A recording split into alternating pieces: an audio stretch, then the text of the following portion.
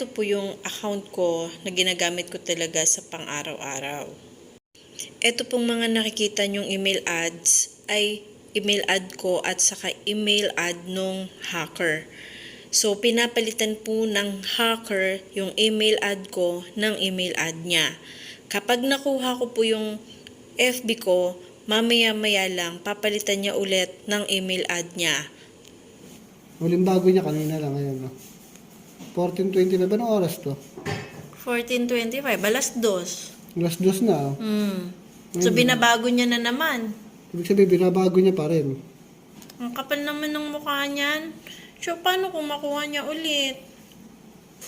May mga ano ka na dyan, di na nakaano sa ano yan, sa notification mo yan. Kaya nga, bubuksan ko para makita ko kung ano eh.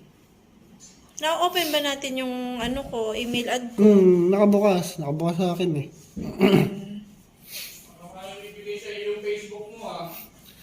Binabago Ang nga kapal namin. ng mukha, binabago niya kaagad. Binabago namin. Facebook, gusto na lang yung Facebook mo. Nakaloko.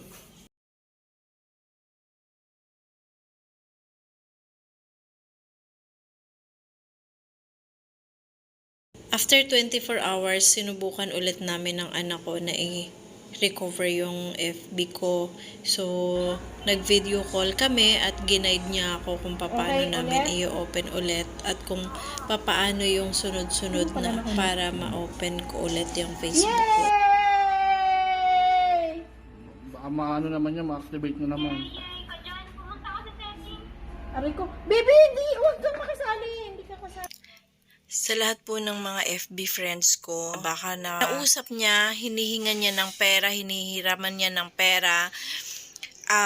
Mga tao na hindi ko masyadong close, mga tao na malalapit sa akin, pasensya na po talaga. At ngayon, lesson learned, hindi na ako mag-open ng link kahit pa kaibigan ko, kakilala ko, kamag-anak ko, yung mag-send sa akin ng link. Nung na-open po yung Facebook ko, nakuha ko na yung Facebook ko, halos ayoko na pong i-open yung inbox. Kahit po yung mag-post, ninenervyos na ako. Pansamantala ko po munang i-deactivate yung para maiwasan pong ma-hack ulit ng mga taong mga may itim yung kaluluwa. Kung talagang kaibigan nyo, kung talagang close nyo, kung talagang kamag-anak nyo, alam nyo kung ano yung FB friend or alam nyo kung ano yung isang Facebook account ko. So, add nyo po ako doon. Yun pong binigay niyang account number ng bangko. Hindi ko alam kung yun ba pag-aari pa rin nung nakapangalan doon or na-hack din ng taong nag-hack sa akin. So, dapat po malaman ko kung anong connection nung nakapangalan doon sa Union Bank account na yon doon sa hacker. Kasi bakit nagagamit ni hacker yung pangalan niya para malagyan ng laman yung Union Bank niya? Di po ba? Kasi kung wala siyang kinalaman, bakit alam nung hacker yung Union Bank account niya at pati name niya?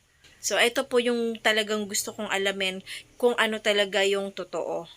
Hanapin po namin sa Facebook kung sino po itong nakapangalan dito sa Union Bank at kakausapin po natin para malaman kung ano talaga yung nangyari.